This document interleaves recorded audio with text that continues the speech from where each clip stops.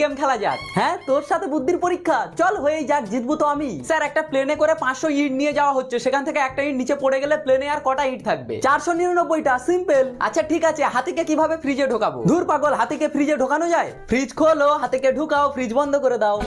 আচ্ছা স্যার, জিরাফকে কিভাবে ফ্রিজে ঢুকাবো? ফ্রিজ খোলো, জিরাফকে ঢোকাও, ফ্রিজ বন্ধ করে দাও। না স্যার, ভুল উত্তর। ফ্রিজ খোলো, হাতিকে বের করো, জিরাফকে ঢোকাও, তারপরে ফ্রিজ বন্ধ করো।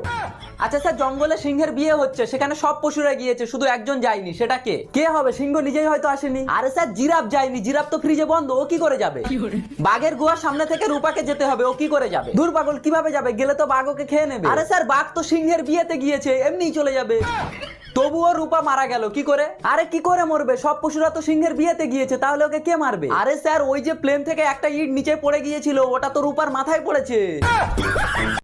স্যার চলুন আজকে গেম খেলা যাক। হ্যাঁ, তোর সাথে বুদ্ধির পরীক্ষা, চল হয়েই যাক, জিতবো তো আমি। স্যার, একটা প্লেনে করে 500 ইট নিয়ে যাওয়া হচ্ছে, সেখান থেকে একটা ইট নিচে পড়ে গেলে প্লেনে আর কটা ইট থাকবে? 499টা। সিম্পল। আচ্ছা ঠিক আছে, হাতিকে কিভাবে ফ্রিজে ঢোকাবো? ধুর পাগল, হাতিকে ফ্রিজে ঢোকানো যায়? ফ্রিজ খোলো, হাতিকে ঢুকাও, ফ্রিজ বন্ধ করে দাও।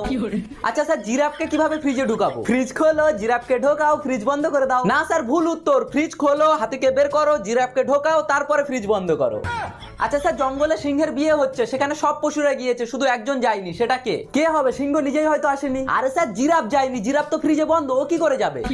বাঘের গুহার সামনে থেকে রূপাকে যেতে হবে, ও কি করে যাবে? দূর পাগল, কিভাবে যাবে? গেলে তো বাঘ ওকে খেয়ে নেবে। আরে স্যার, বাঘ তো সিংহের বিয়েতে গিয়েছে, এমনিই চলে যাবে। তবুও রূপা মারা গেল, কি করে? আরে কি করে মরবে? সব পশুরা তো সিংহের বিয়েতে গিয়েছে, তাহলে ওকে কে মারবে? আরে স্যার, ওই যে প্লেন থেকে একটা ইট নিচে পড়ে গিয়েছিল, ওটা তো রূপার মাথায় পড়েছে।